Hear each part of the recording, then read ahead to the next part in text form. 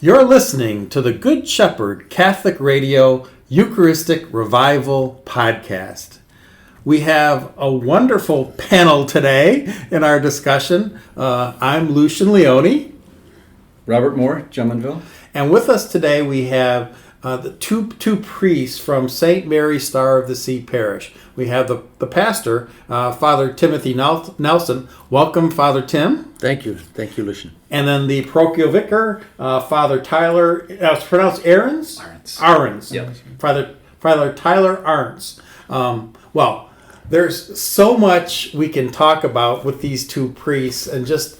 But I think a good place to start would be to just get a little bit from both of them about their vocation stories and how the Eucharist kind of may have tied into that. So Father Tim, could you kind of lead us off? Well, I grew up in an Irish Catholic family in Dubuque, Iowa, born in 1951, and so I experienced, quote-unquote, the old church. I would see the priest in his cassock and biretta reading his breviary up and down the aisle, or the alleyway between the school and the church. And then when I would go to Mass on Sunday morning, I must have been 6 or 7 years old, and I looked at the priest at the altar and I thought, boy, priest gets to be with God all day, every day. I only get to be with God for an hour every Sunday. And I thought, I want to be a priest.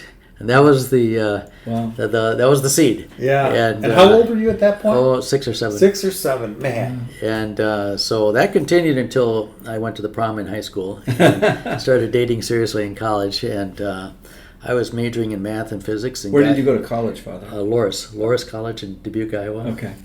Guys are landing on the moon, and I thought, what does a priest do? I mean, he says Mass, and sometimes he's a nice guy, but beyond that, what does he do? And I couldn't get my head around that. And so I had been to Bolivia after high school for a little vacation, and because I knew a Bolivian student.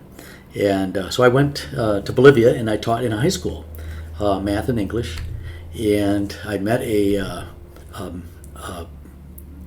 gentleman from Malta who was a medic in World War II. We had a warehouse of drugs from Europe, the United States, that no one knew how to use, but he categorized it, went to the surrounding barrios and whipped up penicillin and stuff, and people got better right before your eyes, and I thought, this is pretty cool. And so I want to be a doctor. So I went to medical school in 1975, and looking back now, I think it was a grace that God gave me, because unfortunately, the seminaries in the 70s and 80s were in a sad, sorry state. Yeah.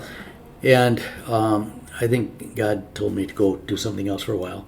And so I went to the seminary ultimately in 96 to Sacred Heart Seminary in Detroit, and was ordained in 2000. And so it's been a topsy-turvy ride, but it's been wonderful. And what impressed me as a physician that I was doing those amazing, wonderful things that you hope to do, life-saving things. But I really became very aware that people are more than just blood, guts, and circulation. There's a soul here, and people hurt and need healing in a lot of different ways. And the body's good, but the soul is infinitely more so. And so when I'm in the confessional and someone gives me a list of sins, and I hear all that, but I wonder if behind all of that isn't this. And you put your finger on it, their eyes open up, you give them some understanding, some inspiration, some hope, and Jesus' forgiveness, and they walk out of there like $1 million. And there's not a pill or a surgery that can do that. So I just feel like I'm subspecializing, that's all. Yeah. Mm-hmm. Specializing in the soul. Yeah. Well, you mentioned something, Father, which is I would love to get back to a conversation about confession and its connection to the Eucharistic Revival, because I'm of the belief that that if we're going to have a Eucharistic revival, we have to have a penitential revival first. I think the two things are intimately connected, but I would love to get more of your thoughts on that. But before we do that, could we talk, Father Tyler? Yes. Could you give us a little bit of your vocation story? Sure. I grew up in a loving Catholic family in Westphalia, which is a small German Catholic farming community, deep Catholic roots, and the church is like the parish and the town go together like hand in glove, right? The vocations are nurtured, from a young age. And I guess I thought about the priesthood from a young age. It was a persistent thought. Although as a young boy, I imagined I would just be a father and husband and be happy with a vocation like that. But this thought of the priesthood was there even from a young age. And I was one of those boys who played mass growing up. I would I didn't have all the vestments or all the right vessels, but I did what I could. Actually, I got to share. The best was playing mass at my grandpa Arens's, because he always insisted we do a collection. So I got a couple extra bucks. Oh, great! And you actually get to keep the money. Well, sure. Yeah. Yeah. So anyway, I guess it was your church. So. but I still, I went to college. I went to the University of Michigan, and I worked professionally for 8 years after that. And I. What did you do? I was at Michigan State University in student financial services. Really? Huh. So what was your major at Michigan? Political science. Okay. Okay. And then I got my master's at Michigan State while I was working there in public relations. Well, we share a common educational. I got my undergrad at U of M and actually my doctorate at MSU. But anyway. Yep. And then I still had this thought of like priesthood that wouldn't go away. And in my 20s, I started to take my faith more, seriously, and I just had this growing sense that I could give more to the Lord. That I was really happy with what was happening in my career and good relationships and stuff, but I felt like it wasn't enough. Like I had this like growing sense that I could be really happy as a priest. Mm-hmm. And I think it was truly in that my relationship with the Lord, as I grew, closer relationship with Him, that my vocation really started to become clear, right? And I decided, I just have to enter seminary. There comes a point where a man, has discerned, he's prayed, he's talked to priests, but you just got to go and find out. Yeah. And 6 years later, that was the right course. So I feel like when you're following the Lord's will, you're going to be happy, and you know that you're doing His will. Yeah. Wow. So at Lumen, we'd have the seminarians come in, and I taught 10th and 12th, and students would always be interested in this process of vocation. I mean, partly because maybe there's some that they're wrestling with it, but some of them too just like can't imagine making this decision. So they would ask these questions like, was there a day like where, the lights went on and it was like, yesterday no, but today yes, or is it like, did you ever have any regrets afterwards? Or the question of like, was it just gradual, where like all of a sudden, and I guess maybe that would be for both of you. It's like, was it like, any vocational decision, right? Mm-hmm. It's just like it does not necessarily easy right away. For me, at least, that absolute, definitive, undoubtable confirmation didn't come until the day of ordination. Yeah, really. Yeah. Oh my! And I got to tell you, I'm glad it worked out that way, but. After the bishop put his hands on my head and I knew I was ordained, that I truly felt like I was in love. Yeah. I was off the charts. Yeah. Just emotional, but just a sense of joy, and that's never left. It's not on the same high, but it's still there, and that's been a wonderful consolation to me.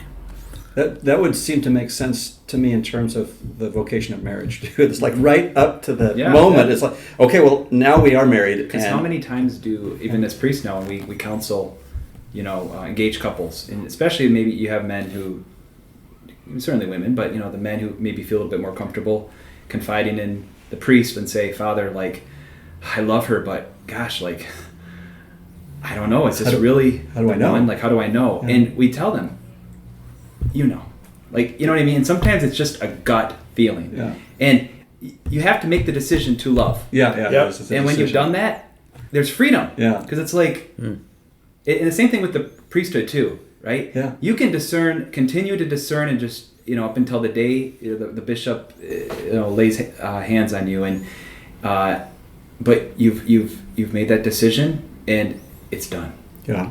And there's freedom now, because you don't have to think about it anymore. Right. Well, fathers, what you're both getting to, which is something I'm hoping we can just talk about for a little bit, which is you talked about the decision to love, and vocations are fundamentally, because that, in my mind, if there is one way the devil has so amazingly corrupted our society, it's how we have redefined love over the last 50 years. Right. That love has become this, it means I'm doing what I feel like. It's all about feeling. It has nothing to do with a decision. It has nothing to do with take up your cross and follow me. As I hung on the cross, a decision to sacrifice for someone else, but it's all about my feelings.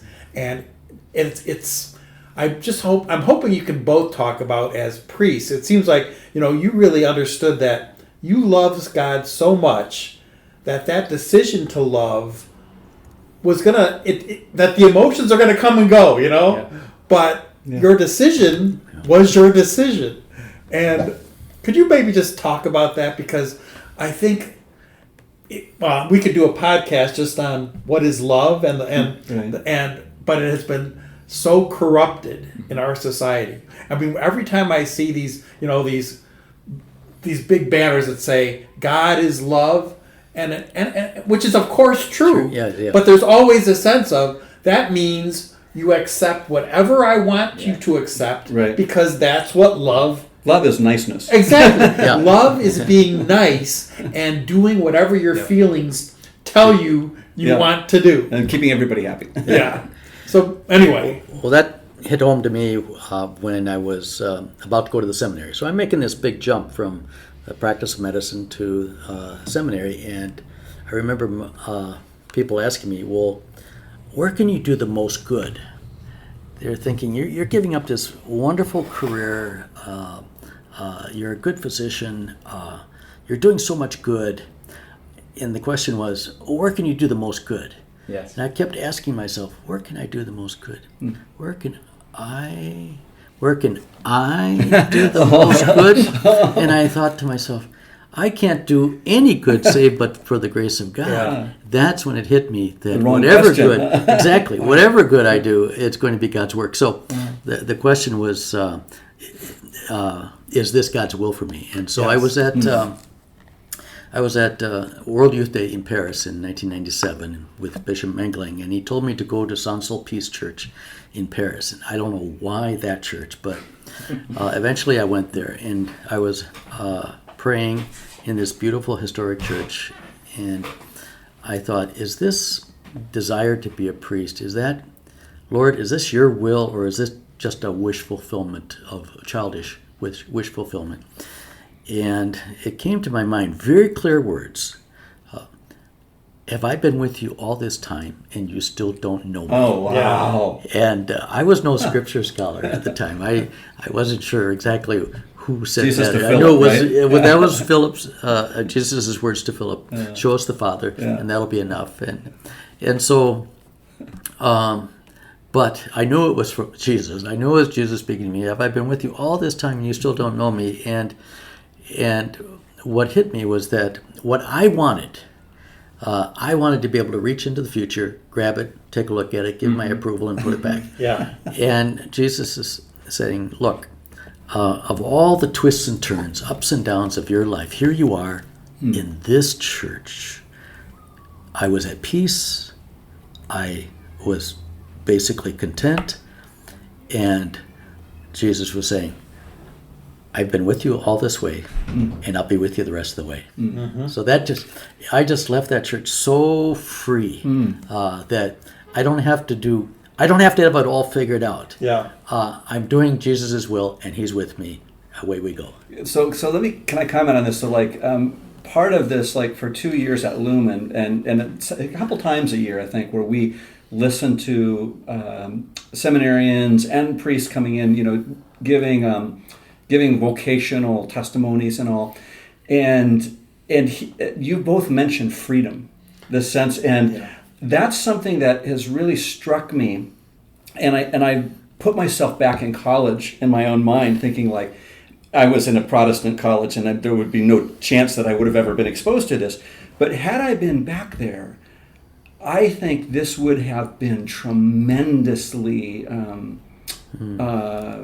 tempting. Mm-hmm. The sense that this is actually an offer of the adventure of a lifetime, to walk with Jesus and just say, what do you have for me? What's the next thing? What's the next? Not knowing what that future is, but just saying what we're doing together now. That, to me, that's and the freedom of that too. And I love Benedict. I can't remember the exact quotation, but Pope Benedict XVI refers to that as the Christian life as being one great adventure with Jesus. Yeah. The world tells us that freedom is being able to do whatever I want, but that's not freedom, right? Mm-hmm. We become eventually we're going to become enslaved to our own passions and vices and what have you. But freedom, this is why the church helps us. The church gives us freedom because she knows that in order to be truly free, we need to know what the bounds are. Yeah. It's like if you're at the top of a mountain summit, there are going to be signs around that say, don't go beyond this point. I just returned from hiking out east, so I have this in mind, right? Nice. Don't go any further, right? Well, I'm thankful for those signs, because they keep me safe. They keep me free.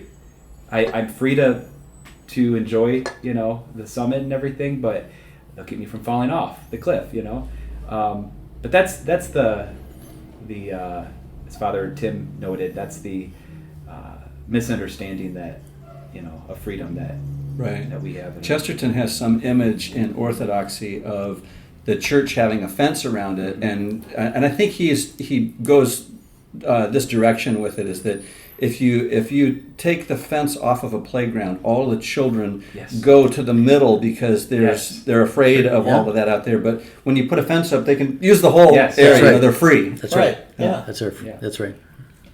And there's Father mentioned, and I mentioned freedom, and he mentioned peace as well. And that when that sense of that confirmation came, and I would echo that totally. The peace that the Lord gave me when I left my job, my career that I had built up, and I owned my own place. I was selling that, and there were I had a lot of attachments, in this, world, and I can't explain it except for the grace the Lord gave me during that time of peace through all that. People kept asking me, "Are you?" Even my coworkers, friends, and family, how are you feeling with all this? To leave your career and trying to sell your place. What am I going to do with a lot of this, my possessions and stuff? And my family and friends know, I tend to be a little bit of a worrier by nature. So they expected me to be kind of wound up about it. Yeah. I wasn't. I just was like, I don't know, it's fine. I have peace. Yeah. And I think that was the confirmation the Lord gave me, right? I couldn't supply that on my own. That was not natural. Mm-hmm. That was supernatural. And it was confirmation that I was doing the Lord's will. Peace not as the world gives. Yes, and in that there's peace in His will, And anyway, so that was enough for me. I wonder if is there a way? Was the Eucharist at all in your process of discernment or through ordination process? Did the Eucharist play a role at all? Since that's kind of part of our topic, but. Mm-hmm. Yeah. Well, I remember from a young age, when I first, as a young boy thinking about the priesthood, and I remember my childhood pastor, Father Bill Ashbaugh, with whom, some of you are familiar. He's the pastor at St. Thomas the Apostle in Ann Arbor. He was my childhood pastor back home, and I remember him, coming into the school and celebrating Mass for us, and just thinking I could be like Father Bill, you know. And as a young boy, seeing him and other pastors I had growing up, to see them celebrating Mass, I can say I think I did think about being up there doing what they're doing. Funny enough, this often surprises people, I was never an altar server. Everybody always assumes these priests must have been altar. A lot of them are, right? I think, trust me, like I believe firmly that altar serving is a great way to foster vocations, right? It's important. But not all priests were altar servers. I was so shy. So I never wanted to be up there. But I could see myself somehow as the priest. Not sure how that would have worked, but yes, especially during the Eucharist, during the liturgy of the Eucharist, because like the priest is the only one, and even as a youngie, I didn't have all the theology developed or any of that, but like I knew he's the only one who can do that, right? His hand, somehow, he speaks those words and holds the host and the chalice in his hands, and they become the body and blood of Jesus. Wow. Like, so there's kind of a sense like, I want to do that, Yeah. Yeah. Well, but there's so many questions I've got, but one you touched on, Father Tyler, a little bit, was just the fact that you're from Westphalia. And it is kind of amazing. And there's been some news programs and some studies how the number of priests to come out of the Fowlerville, Westphalia Fowler, Westphalia. Yes, that's a big difference, I know, because I drive by Fowlerville also. Anyway, that area is so greatly beyond what the population of that community would indicate. Yeah.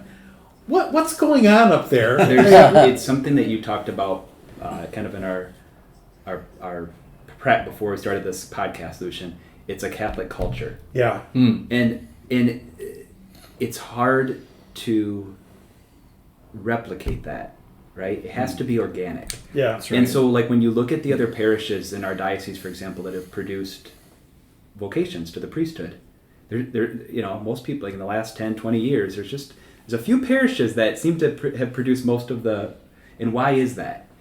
I think the common denominator in all of them, all these parishes, I'm not going to necessarily name them all here, but there's a Catholic culture in each of them, right?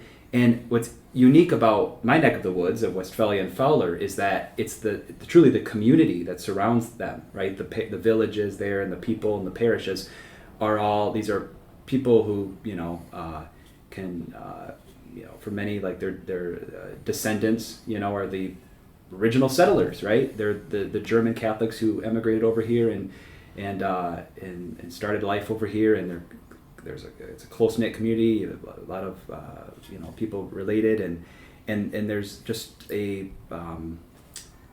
same worldview and a sense of same values, and you can't just like it's not a cookie cutter thing. You can't just. We want it, but because the community already lends itself to that, and has done a great job preserving that through, I think, the faithfulness. Now, that's not something I always tell my friends back home still and family members. You can't take that for granted, because we see in the scriptures, right? Like that the faithfulness, I think is rewarded, but it can that kind of close knit, integral. Catholic culture, Catholic community could, it can start to disintegrate. Yeah.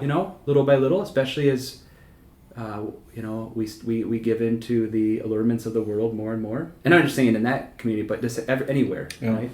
So, yeah.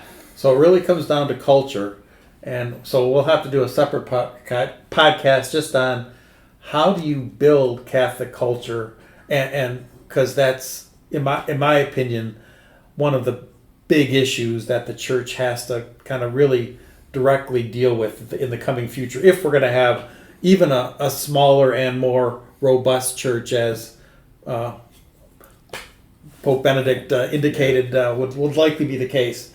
All right. Well, we talked a little bit. You just mentioned it briefly, Father Tim, penance and the role of penance in kind of freeing, and we've talked about freedom, and the freedom that comes from penance.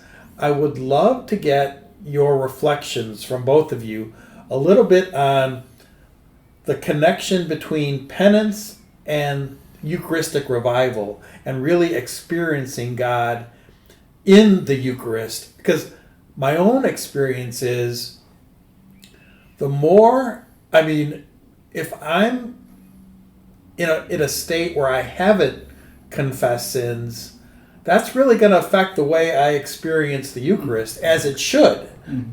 Could you talk about that a little bit? I think you're exactly right, and I think part of the reason people don't get anything out of the Eucharist is because they approach the Eucharist unworthily. Yeah. And people are very attuned, I think, to the sense of sin. Maybe not consciously, but even unconsciously. When you're in a state of sin, that affects your soul, and that soul affects your mind, and your mind affects your acting and your emotions, and so it's an integrated unity, and you can't just cut that off.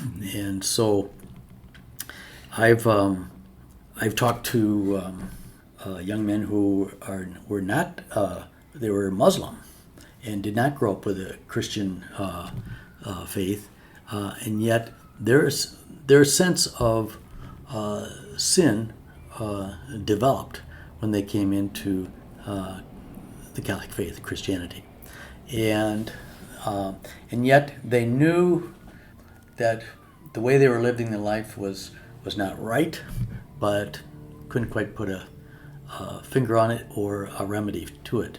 And so with the sacrament of reconciliation, when you confess your sins, there is a very real, when it's done properly with true humility and contrition, then you walk out of there different. Mm-hmm. Yeah. You are a different man. And when you receive the Eucharist in that state of grace, it's a different experience. Mm-hmm. And so there is I could go into that later, but there's a real nuptial reality to the Eucharist. And that's just, you should continue with that, because that's what I was thinking too. So, I tell young couples that are preparing for marriage, what is the hardest thing for a young man who's passionately in love with a beautiful young woman? What's the hardest thing for him to do? Wait. Mm-hmm. Wait. He's going to say, Father, that's going to kill me. Oh, it's going to kill me. And I would say, that's not such a bad thing. Yeah. You look at Jesus on the crucifix. That's the sign of love. Mm-hmm. And she deserves that. Yeah. She deserves that. So, love always involves sacrifice. mm-hmm. Exactly. Mm-hmm. And so going to reconciliation is dying to yourself. Yeah. Mm-hmm. And Amen. so if now we have confessions here at St. Mary's Star of the Sea from 10 o'clock in the morning to noon, and sometimes up to 1 o'clock. And it's On Saturdays? On Saturday morning, Yeah. with two of us, there's a steady stream. I've never experienced that anywhere else. But Jackson, at least at St. Mary's, has been very well attended for the Sacrament of Reconciliation. That was one of the things I was just going to ask at some point, and we could put this on hold too, but just the sense of, if there's going to be Eucharistic revival, there's got to be penitential revival, which just means more work for the priest, which that is part of the vocation. That's right. But it is too, like, just thinking about everything that priests have to do now. It's like, do we need to talk about, like, how much, is there enough time, is there enough space there for people to actually come in? Because at St. Mary's it sounds like yes, but probably not every parish is the same openness to that. My father, I remember, he would write little poems and essays, and he wrote an essay of a priest watching football on a Saturday afternoon, and he looks at his watch and realizes he's got to get up to go to the confession, hear confessions, and he thinks to himself, "Dang, I got to go raise somebody from the dead." That's what it is. That's the gift that has been given to the priest, and so we need to pray to Saint John Vianney for the grace to hang in there. But so there's a dying to self, and so any mortal sins, any venial sins, any mortal sins, of course, and that's why we have it on Saturday, hoping that you can spare yourself until Sunday. And then every Mass starts with the act of contrition for those venial sins when you yelled at the kids on the way to church. And so that the idea is that you approach the Eucharist at Holy Communion with the same purity of soul as baptism. Mm-hmm. That's the idea. Mm-hmm. And when you do, there is an effect. You can't, if you're open to it and if you're well disposed, you cannot not have that powerful spiritual effect. And so the priest says over the Eucharist, "This is my body," and the priest, in the person of Christ, is giving his body to the church, which is a very feminine reality. And that's why, as the church, we receive Holy Communion. We don't take Holy Communion. And Jesus, we receive the Lord into ourselves. And God, Jesus Christ, is united with you, his body and soul, blood, and divinity, with your body, soul, and blood. That's what heaven is going to be for all eternity. Mm-hmm. That's as close as you can get to heaven on this earth. And if I had a son who didn't want to go to Mass on Sunday morning, I would say, "You want to go to heaven, don't you?" Mm-hmm. "Well, yeah." "Well, you better come with me." Anyway. Yeah. So just that I've been a Catholic for 4 years. And my Protestant friends will say, "Well, what do you notice now?" And a lot of these are theologians or they're people who've been in the church for a long time in the Protestant world. And my initial, before becoming a Catholic, I would have assumed that it would have been Eucharist, and it has to be confession, and because that's the game changer. Mm-hmm. I mean, Eucharist, you can do it. And as we know, many people do, and just kind of make it a thing that you do, and you get used to it. Mm. You get used to marriage too. You get used to everything. That we're creatures of habit. But the confessional, when you put the confessional with Eucharist, that's a life changer. That's a game changer. It's like, no, I can't come and just take this as something normal anymore. It's not anything normal, and this is the doorway into Eucharist now. And that's actually as important almost so that sense of you're coming at that point where you're as clean as baptism, you're as pure as baptism. And speaking of the Hispanics, they're very sensitive to that many times they will not receive Holy Communion because they haven't been to confession and they feel the need to do that. And most of us who are not Hispanic and just kind of have grown up in the American Catholic Church, we kind of always, and I think this is especially since Vatican II, the idea that I could go to Mass on Sunday because that's my obligation, but not go to communion for whatever reason. Mm-hmm. We don't even think of that. Yeah. It's definitely a very American Catholic white Anglo entitlement, privilege. Yeah, I mean the idea. We conflate. So I think we often conflate the Mass attendance, the obligation to go to Mass, with receiving the Eucharist. Yes, mm-hmm. Yes. Not the same thing. Right. The Church says we need to go to Mass. Yeah. She doesn't say we have to receive the Eucharist, right? And in fact would say we shouldn't receive the Eucharist. No. Yes. Now the Church wants us to receive the Eucharist, right? This is why Pius X expanded, to down like to age of reason, for young children to start receiving the Eucharist. And in the church, obviously we can go into the church history. There was a time when people weren't receiving communion because they never thought themselves worthy enough, right? Yeah. And the church kind of said, no, we have to correct some things here. Like that's, there can be a scrupulous. An emphasis. That was kind of the Jansenism, that era, if I'm not mistaken. Right. And but now, it's kind of the other extreme, Mm-hmm. right? Of just it's sort of what I do when I come to Mass, right? Freedom means I can do whatever I want again. Yeah, There you go. Yeah.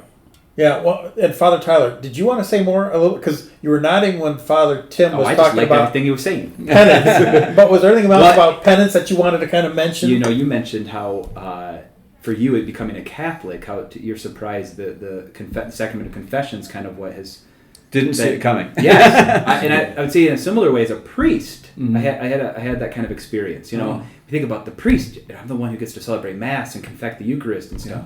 Don't get me wrong. Yeah. It's a great gift. Yeah. I mean, even today I just came back from vacation, so I haven't had a public Mass in over a week, and so I'm standing at the altar. I'm like, it's only been a week, and I felt like I needed it just wasn't familiar, right? Like, I mean, it was. Don't get me wrong, but it was just like, wow, like.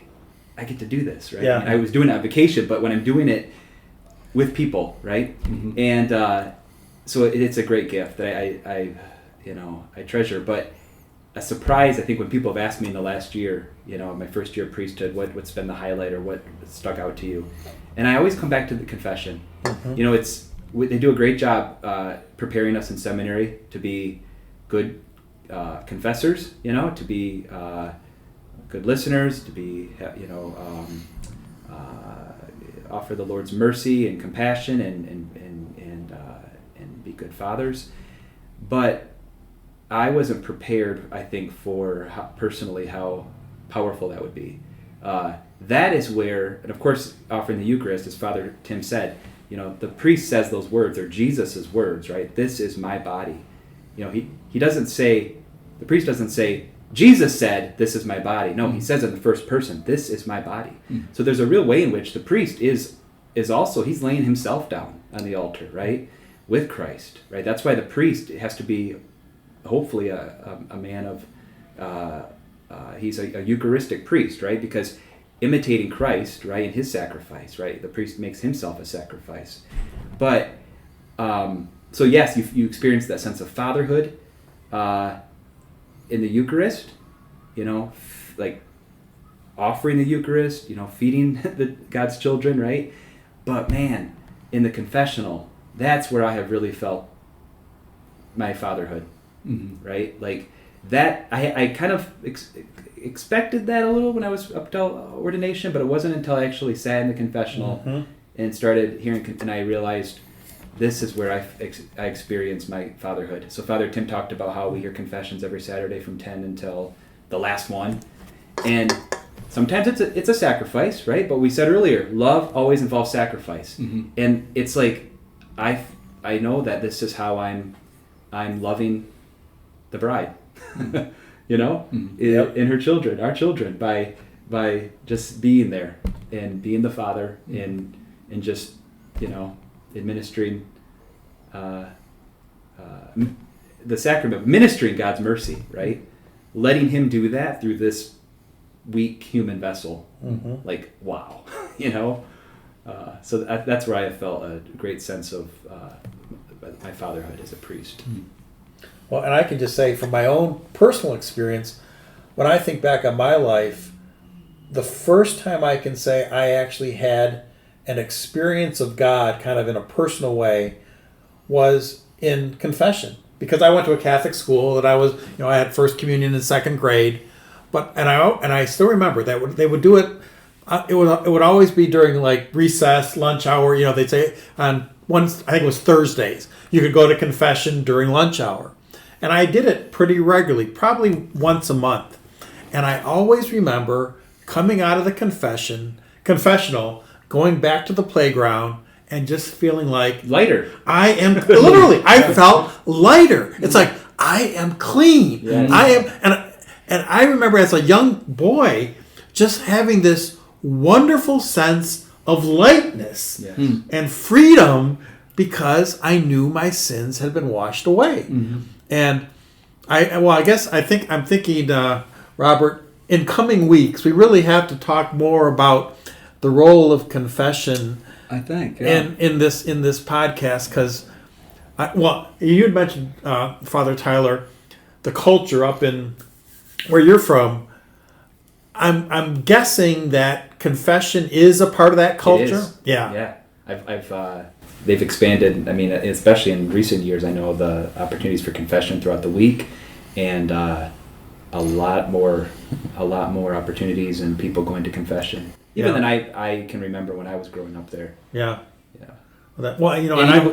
Go ahead. And I've heard, because a lot of my friends who are married and raising their families and still live in that area have told me that it's a lot of the young people. Yep. Young people and the young families and stuff. Not to say there aren't middle-aged, older people going to confession, but it's the people that seem to be availing themselves of that opportunity seem to be largely the young people. There's a real, and thanks be to God, like I think there's a real sense among them that this is valuable, Picking up what Father Tyler said about fatherhood in the confessional, it has struck me that, especially with young people, I'm talking to this teenage boy, and I'm able to counsel him in ways that a natural father would give his right arm to have a conversation with his son, and that happens again and again and again, and the young person has the confidence to come to the priest and bare his soul and be enriched and forgiven, and he just feels great. You can practically skip out of there. Yeah. Well, and we've come back, circled back around to the sense of freedom after confession, right? That sense of newness. And I think there's one other aspect, which is the deterrent that's absolutely essential to spiritual formation. The sense that, coming out of confession and with true contrition and penitence, it's the sense that I don't want to go back to that. I don't want to have to keep on coming back to Father week after week, having made the same mistake. And so it's like when that temptation comes up again, it's like, oh, no. Yep. I know that I can actually be free from that. Yeah. It gives a kind of an extra resolve, I think. Along with prayer. Yeah, along with prayer, yeah. Well, you're totally right, Robert. I know in my younger days when I was more easily tempted by stuff than I am now as an older man, it was often the case that I would think, because I was committed to living a faithful Catholic life, I'm not going to do that because I know if I do that, I have to confess that on Saturday. Yeah. And to the Father that I know. To the Father that I know. And I'm a big fan of not sitting. It's like, no, he knows me. If I'm going to do this sin, I'm going to say it to his face. And he's going to know it's me. Anyway, I find that I can say as just a lay Catholic, that deterrent of knowing I'm going to have to confess this is powerful. It is, yeah. Well, great. So, fathers, is there any kind of anything you might have wanted to say that we haven't talked about yet? Well, I just wanted to mention Bishop Arens' little booklet called This Is My Body, A Call to Eucharistic Revival. And one of the points that he makes is that sin, the root definition of sin is to separate. Yeah. And, of course, communion is bringing together. And so in the Eucharist, we have our remedy to sin. And also, we come together for Mass on Sunday to celebrate the Eucharist. And that's why it's the reversal of the pattern of sin in the world. And it kind of points to the fact that it's not enough to say, well, I can pray to Jesus in my room and we get along just fine. On the golf course. Yeah. No, it's something very important about coming together that undoes that separation that sin We causes. do it communally. And we do it. And we call the Eucharist communion because it is the sign and means of our community, not only with Christ, but with the church. Yeah. Right? Yeah. I mean, which, of course, not insignificantly is called the body of Christ. Right. And we are its members. And so that's why I think there's a notion that, maybe you can speak to this, Robert, as a convert yourself. Like, there's sometimes this notion, I think, among some non-Catholics about, when it comes to reception of communion, right, in the Catholic Church. Yeah. Why can't I receive communion, right? And we could have a whole different separate podcast on that. We should, yes. But one of the reasons is the Eucharist is the sign of our oneness and unity in the Catholic Church as members. And we understand as Catholics, we don't just live our lives, live our faith lives privately.